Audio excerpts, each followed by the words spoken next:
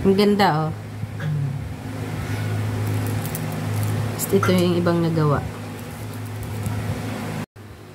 Hello guys, meron po akong bagong paninda sa tindahan ko. Dinagdagan ko yung paninda ko. Ganito yung dinagdag ko. Kasi uso to ngayon sa mga bata. Ito na po yung mga nagawa ko. Kunti pa lang. Kasi yung iba nagpapagawa lang. Yan o. Gagawa tayo ngayon. Pakita ko sa inyo kung paano gawin. Try natin.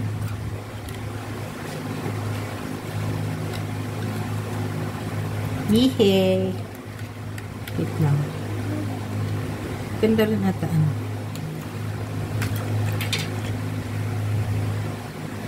Start na natin kung paano gawin.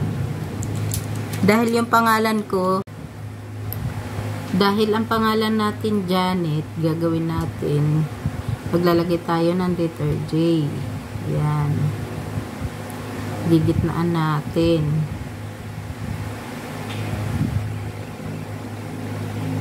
Ganyan.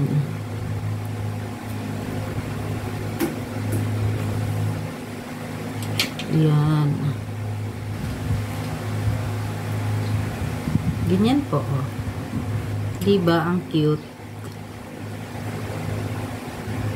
Diba?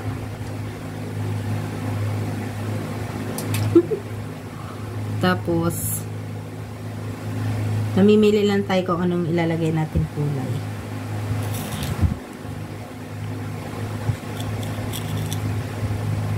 Pwedeng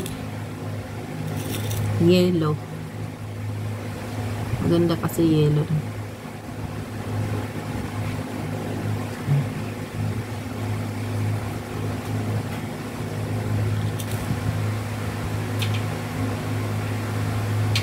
Yellow. Tapos haluan natin siya ng white. Yun lang. Alternate lang.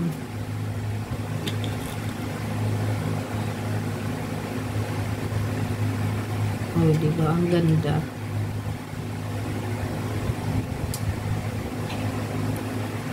Diba? Ganyan yung nagagawa ko, guys.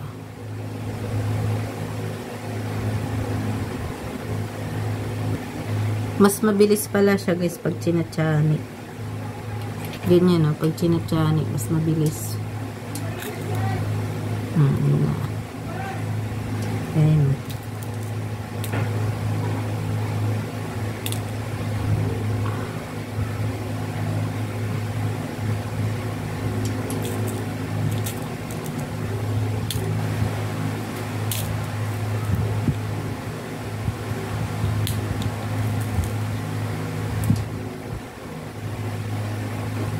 Medyo mahaba na siya. Pumasok ka! Pumasok ka! Pumasok ka! Ayan. Nakakaduling. Malapit na tayo sa katotohanan.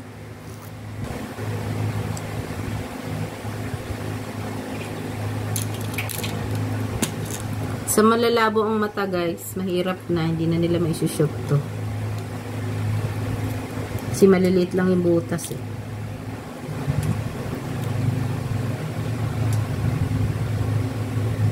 Tiyagaan lang to.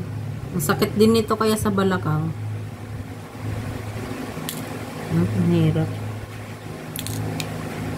Dapat pag gagawa ka nito, mahaba yung pasensya mo. Tapos sinahangin pa ng electric pan. Pumasok ka. Ayaw pa. Pero mas maganda na lang kamayin, isa-isa.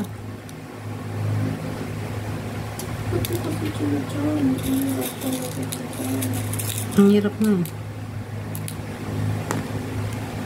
Nalilipad kasi yung iba, eh. Yung kay Cecil, mabilis lang namin ginawa yun.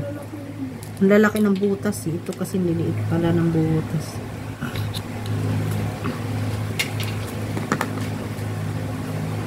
Pero mas maganda yung ganitong naliliit.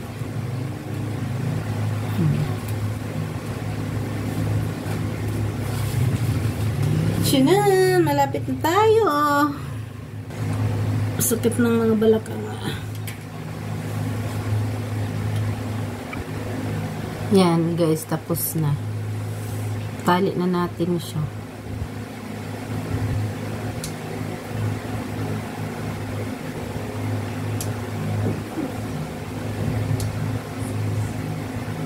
Sukat muna natin. Titibayan natin yung namin.